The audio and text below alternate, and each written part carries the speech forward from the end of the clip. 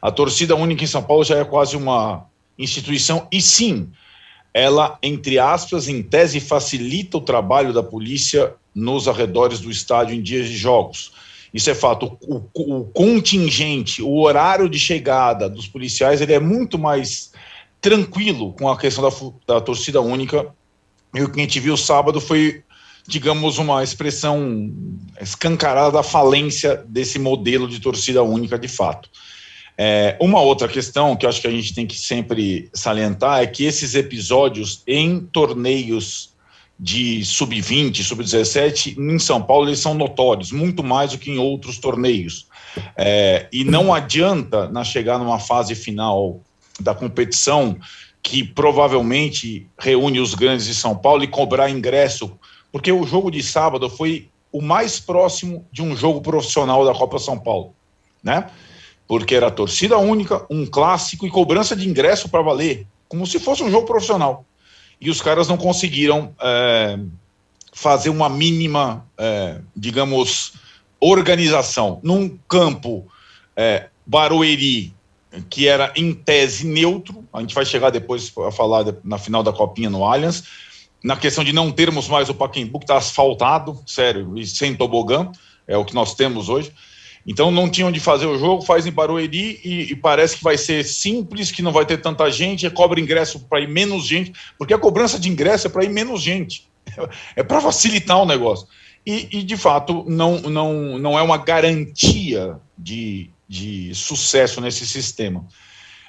Em relação ao episódio, ainda antes de entrar nos preconceitos, Tironi, foi exatamente o que aconteceu, a invasão imediatamente foi associada a torcida organizada, 2, um membro de torcida organizada invadiu o campo com uma faca para esfaquear o jogador do Palmeiras. Foi essa versão colocada imediatamente para quem não estava lá e para quem não foi atrás da apuração. Minutos depois, a súmula do árbitro do jogo tinha, até pela atuação lá do Caio, garoto do São Paulo que segurou os caras, a súmula do árbitro tinha a identidade, o nome completo dos 2 invasores e o relato de que a faca foi atirada das arquibancadas ou não sei de onde, dentro de uma marmita. Eu não sei se vocês sabiam disso. A faca estava dentro de uma marmita e a marmita caiu também lá no campo quando jogaram um monte de coisa, né? Não foi exatamente o lança-faca do circo lá, que eu já fui submetido a isso. Você fica com uma venda e o cara fica jogando faca. Você lembra que eu te contei, né, Tironi? Momento folclórico. Você sabia disso, Juca? Já fui no lança-faca. Fiquei lá vendado, minhas filhas apavoradas vendo o circo lá e os palhaços lançando faca e eu lá eu perdi o óculos, foi um caos. Nunca mais fui no circo depois disso. Profissionalmente, você fez isso profissionalmente, você foi regiamente pago para correr esse risco, não? Não, os caras ainda me pegaram na plateia lá, Juca. Minha filha mais nova tem trauma até hoje, nunca mais quis ir no circo na minha vida. Fui lá na faca, o cara era bom de mira. Não.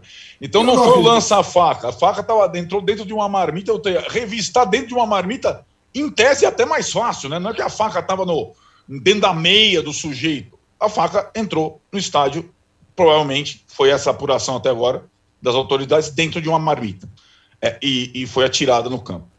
E acho que foram, de novo... Olha aqui, faça favor, pode falar.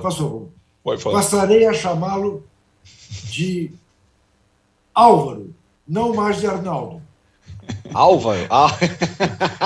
Tira o Álvaro. Como diria Durinão Barbosa. Exatamente. Tira o Álvaro. Complemente. Momento de descontração. A questão, só para terminar, dos preconceitos, que foi a origem da pergunta do Tironi, é porque tinham envolvido, nesse contexto do jogo, a questão de uma hashtag em rede social que fazia, eu até agora não entendi como provocação, ou alusão, ou celebração do São Paulo, lá o tal do Tricas, que a torcida organizada, não só a torcida organizada, por sinal, rejeitou e tudo mais, e uma questão meio que homofóbica nessa hashtag, e a repressão, então, da torcida organizada mais homofóbica, e num monte de situações, e aí tem esse preconceito que envolve o mundo do futebol, que é completamente impregnado, e não adianta a gente fechar. Não tinha nenhum. Tinha vários times ilustrando na Copa São Paulo que não inscreveram o jogador com o número 24. Isso. Você entendeu? É aquele Exatamente. negócio. Vários clubes não tinham lá o número 24. O futebol é o meio mais homofóbico do Brasil, machista e o cacete a quatro. E tem um monte de coisa envolvida, inclusive essas provocaçõezinhas nas redes sociais que a mídia encampa e turbina e internamente, no conforto do lar, né, Tironi? Estimula aquela. E aí os preconceituosos da torcida organizada normalmente são assim, não pode número 24, não pode nada, ficam lá fiscalizando se alguém tá com a hashtag tal, tá com o cabelo comprido e tal. Aí o show de preconceitos, ele vai também em relação ao preconceito, em relação aos caras da torcida organizada. Porque não é esse o ponto deles. Esses são todos violentos, preconceituosos, e são os caras que vão invadir com uma faca para matar um jogador. Esse é o diagnóstico antes da apuração. Então, assim, eu acho que foi um episódio assim completamente lamentável. Acho que tem que ter punição sim para completar. Não só o CPF em relação às questões. Acho que autoridades e clube devem ser punidos. Acho que talvez as punições em relação ao clube, pelo que tem lá no código disciplinar, se atenham às categorias de base ou à próxima Copa São Paulo, que seja. Pode ter eliminação do São Paulo para a próxima Copa São Paulo, enfim, pode ter uma série de coisas aí ao redor disso. E acho assim, falharam, na minha opinião, clube, autoridades, segurança, organização e imprensa também, nesse episódio todo. Eu acho que fomos muito mal, precipitados, sem apurar. Só depois de muita coisa, bastava ver a súmula do árbitro, que a gente teve um pouco de esclarecimento nessa situação toda.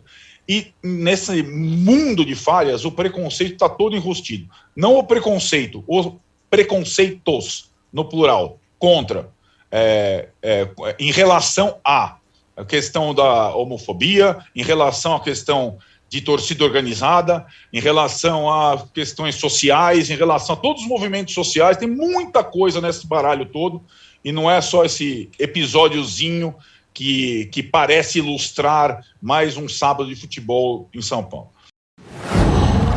Qual?